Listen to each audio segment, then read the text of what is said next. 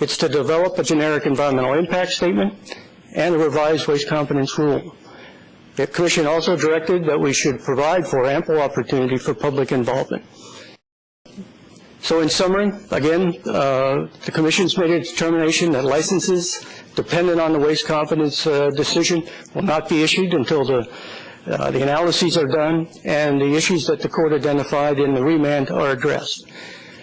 We've formed the Waste Confidence Directorate. We've looked across the agency to gather the most knowledgeable experts on the NEPA process, and we have them in the Directorate now and working on the scoping effort. We have a focused communication effort, and we're going to allow for ample public participation in our effort over the next couple of years. The first thing to understand is what waste confidence is. It accomplishes two things. It's a generic environmental analysis that is part of the Commission's NEPA assessment, National Environmental Policy Act assessment for reactor licensing. It is also a generic determination that fuel can be stored safely until a repository becomes available. Waste confidence does not, however, license any particular site or facility, and it does not allow for long-term storage of spent fuel at any site. Before that can occur, a licensee would have to come back to the NRC, and there would be a separate opportunity for public involvement prior to any post-license life storage of fuel. Next slide, please. This slide shows how waste confidence fits in to the Commission's overall environmental analysis for reactor licensing. So again, this is just designed to show where waste confidence fits in to our overall environmental analysis. We have here a short summary of what the Court found. The Court identified 3 problems with the Commission's environmental analysis to support the 2010 Waste Confidence Rule. It found that the analysis didn't evaluate the environmental effects of failing to secure permanent disposal. It's this no repository scenario you're going to hear about later today. It also directed the Commission to provide an updated assessment of spent fuel pool leaks and spent fuel pool fires. And Paul's going to talk a little bit about how those are going to factor into our analysis going forward.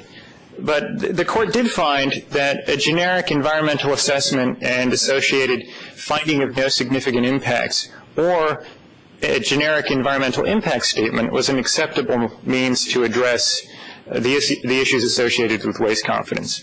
And in response, the Commission directed the staff and formed the Directorate to prepare an environmental impact statement to look at these generic issues with the possibility of issuing an updated waste confidence rule.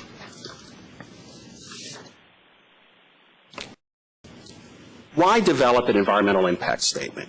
As previously mentioned, earlier this year, the Court of Appeals vacated and remanded the 2010 Waste Confidence Rule. Our mission is to revise the Waste Confidence Rule, addressing the deficiencies identified by the Court. The environmental impact statement under development will contain our analyses and environmental impacts of the updated Waste Confidence Rule. I think it's important to note that the Commission has determined that waste confidence should be evaluated as an environmental impact statement due to public interest and stakeholder interest.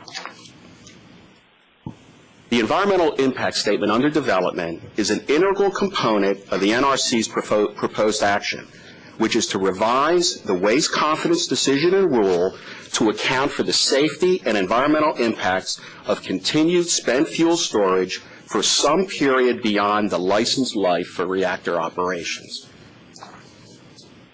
We have developed several potential scenarios as part of our internal scoping. The scenarios are based on different timelines for spent fuel storage beyond the licensed life of reactor operation. Currently, we will evaluate spent fuel storage until a repository is available at the middle of the century. We'll evaluate storage until a repository is available until the end of the century, and continued storage in the event a repository is not available. The environmental impact statement under development will contain a generic analysis of impacts. We will not focus on capturing site-specific technical issues. Our current strategy is to take affected environments, for example, air or water, and develop a set of general characteristics and associated ranges to bound the problem and the conditions of spent fuel storage throughout the United States. Our analyses will also contain an assessment of spent fuel pool leaks and fires. On this slide is the schedule for the overall project. The first phase is scoping, which we're in now. Then there will be a draft environmental impact statement and proposed rule, and there'll be public comments on that. And then the final environmental impact statement and rule.